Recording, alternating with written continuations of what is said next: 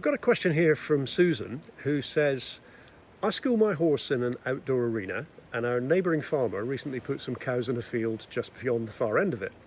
Now I can't get my horse to stay on the track or go into the corners when I try to ride her up to the far end. I don't want to have to force my horse to do what I want, so can you suggest another way? Well, when this sort of thing happens, what a lot of people do is focus on the short-term goal of just making their horse go where they want. And yeah, sometimes you have to do that for safety's sake in an emergency. So if you know how to ride shoulder in, for example, well, you could use that to point your horse's hindquarters towards whatever's worrying them and go past it sideways. But while you can use that trick occasionally, if you rely on it all the time, well, your horse is just going to learn to anticipate it, and so it can start to become less and less effective. And if you're a less experienced rider, well, of course, that may not be an option for you in any case. And I think it's important to understand that if your horse is refusing to do something you want, it probably isn't because they're just being naughty and doing it deliberately. Their behaviour is being driven by a very basic survival part of their brain. In his or her mind, the problem is there's a horse-eating monster down there, and that makes it close to impossible for them to go into that part of the arena willingly. So here's another way that we've used with a lot of success.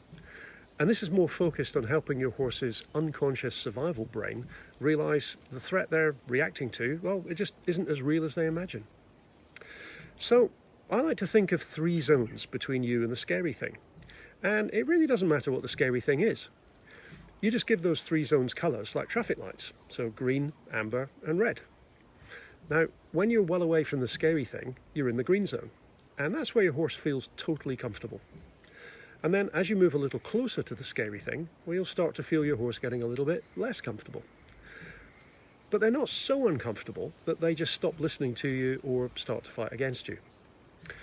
And if you go even closer, well, then you're getting into the red zone, and that's where your horse is really not comfortable at all. Now, the problem is, if you do go into the red zone, well, your horse will start to ignore you and just look for ways to get out of there.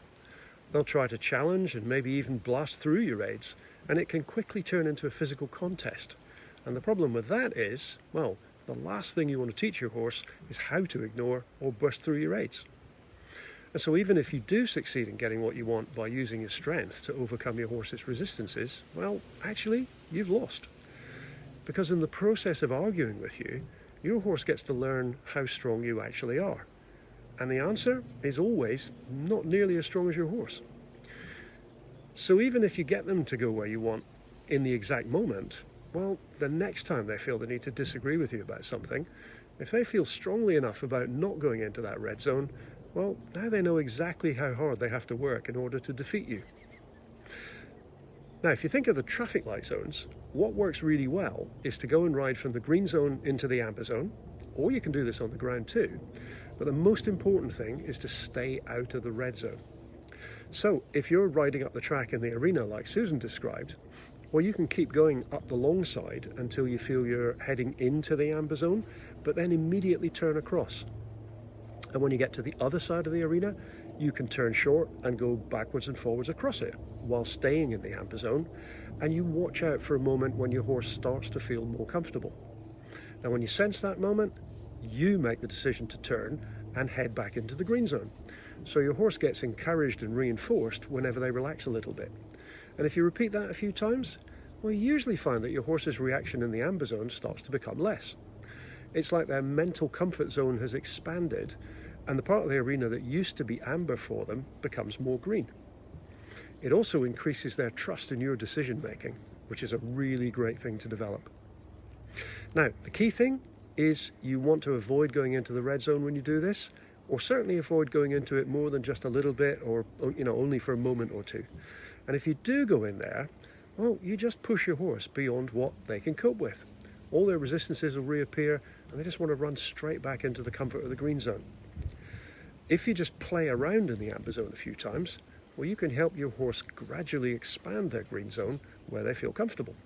And eventually, the green zone extends all the way up to the far end of the arena, and it's as if the scary end or the scary corner just never existed.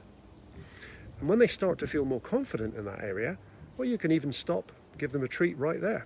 So you really reinforce the idea that what used to be the scary zone is now a cool and fun place to be. So, I'm Derek Clark.